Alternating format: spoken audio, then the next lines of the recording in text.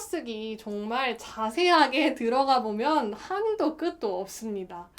안녕하세요. 교양 있는 모던걸 교양살롱에 오신 여러분 환영합니다. 저를 처음 보시는 분들을 위해 잠깐 제 소개를 하자면, 저는 교양 있게 살고 싶은 현대인들을 위한 교양 유튜브 채널을 운영하고 있는 모던걸이라고 하고요. 맞춤법 콘텐츠들을 좀 더 재미있고 쉽게 알고 싶다 하시는 분들은 구독과 좋아요 눌러주시면 이 콘텐츠들을 좀 더 쉽고 빠르게 보실 수 있습니다. 읽기 전에 지금 누르고 시작할게요. 하나, 둘, 셋! 클릭! 누르셨죠?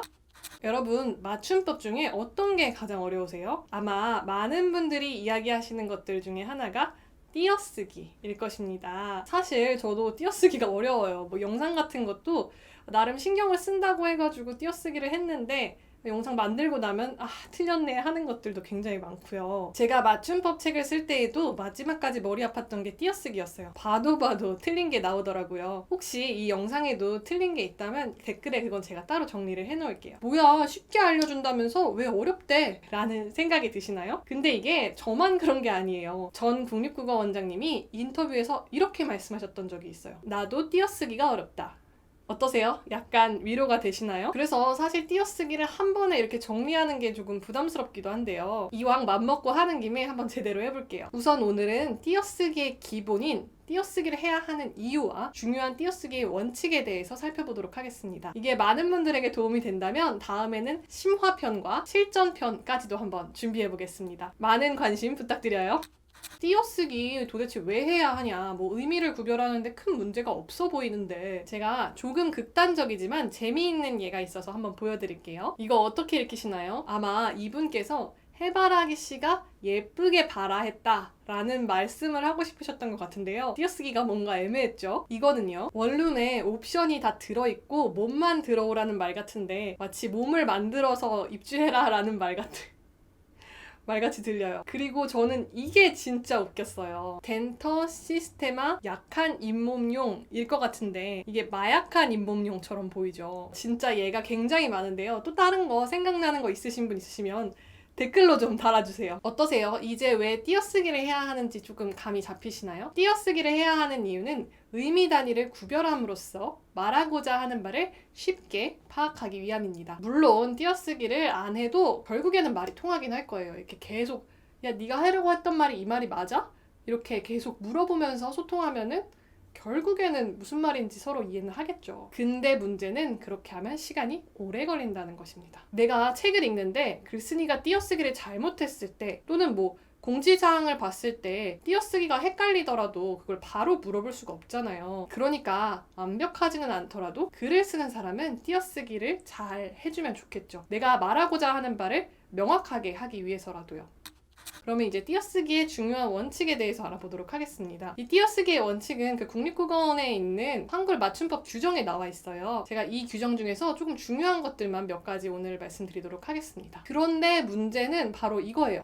띄어쓰기 너무 어렵다, 이렇게 생각하시는 분들 많으시죠? 그런데 반전이 하나 있어요. 띄어쓰기 되게 복잡해 보이잖아요. 그런데 의외로 띄어쓰기의 제1원칙은 매우 간단합니다. 문장의 각 단어는 띄어쓰기를 원칙으로 한다. 한 단어면 붙여쓰고 한 단어가 아니라면 띄어쓰라는 거예요. 이것만 기억해주세요. 우선 한 단어이면 붙여쓰고 한 단어가 아니라면 띄어쓴다. 잠깐 영어를 생각해 볼게요. 이게 한국어 이야기하면서 영어를 생각하는 게 조금 웃기긴 한데, 영어 문장을 생각하면 이해하기가 조금 더 쉽더라고요. 영어의 한 단어는 구별하기가 정말 쉬워요.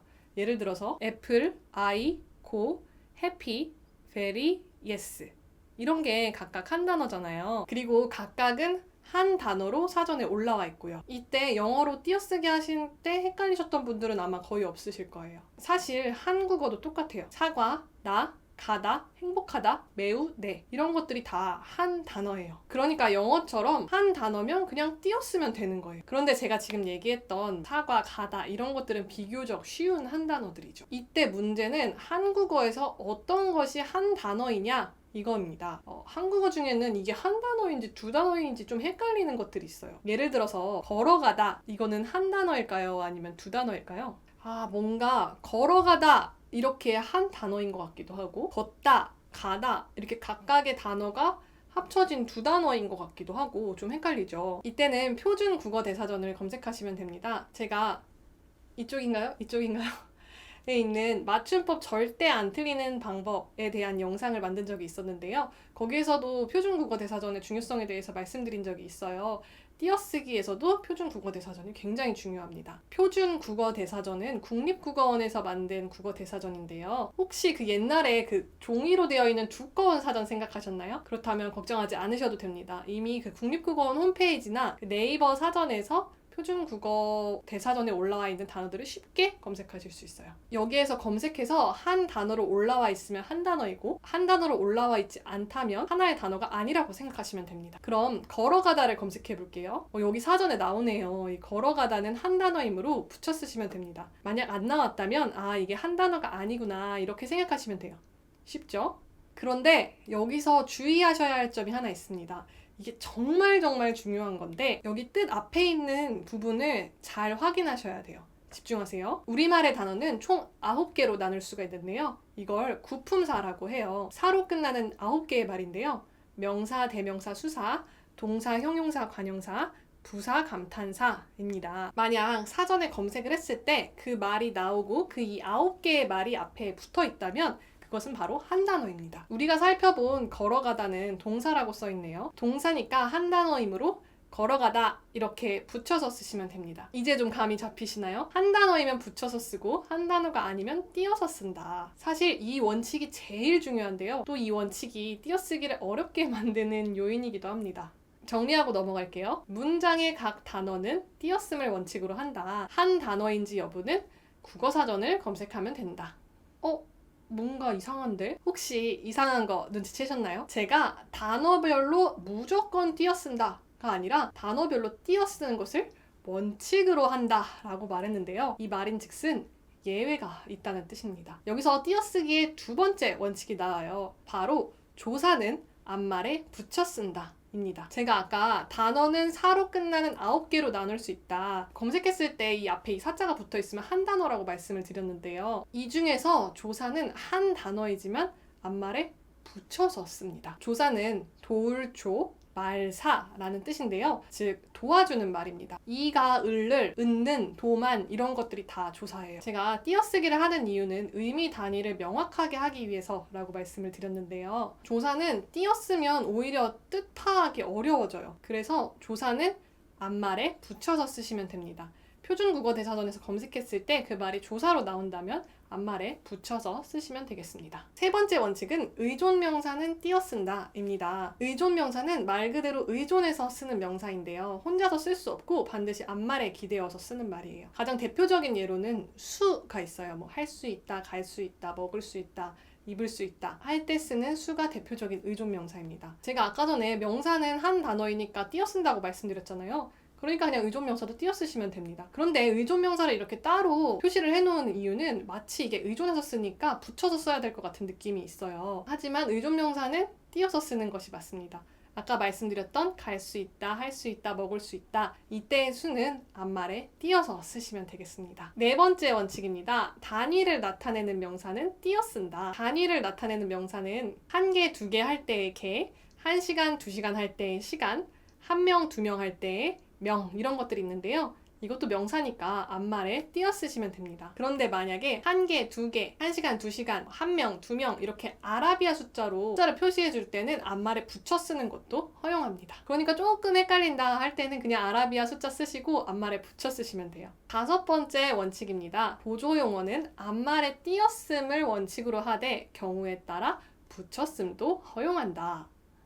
말이 좀 애매하죠? 띄어 씀을 원칙으로 하지만 경우에 따라서 붙여 쓰는 것도 허용한다.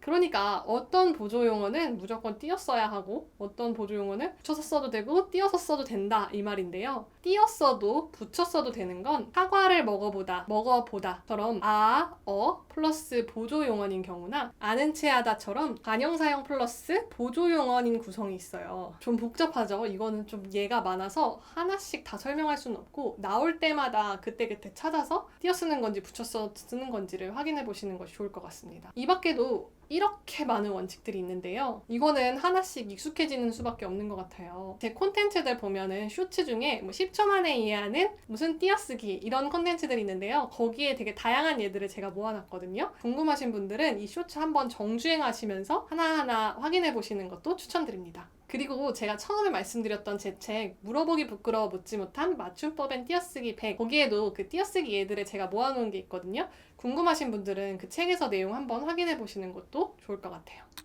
띄어쓰기 정말 자세하게 들어가 보면 한도 끝도 없습니다. 오늘 혹시 조금 아쉽다고 생각하신 분들이 계신가요? 그렇다면 제가 그분들을 위해서 띄어쓰기 심화편을 준비해 보도록 하겠습니다. 띄어쓰기 내가 이번엔 진짜 정확하게 자세하게 완벽하게 알고 간다 하시는 분들은 다음 편도 꼭 기대해 주세요. 그러기 위해서는 좋아요와 구독 꼭 눌러주셨으면 좋겠습니다. 그럼 다음 편도 기대 많이 해주시고요. 여러분 오늘도 교양 있는 하루 보내세요.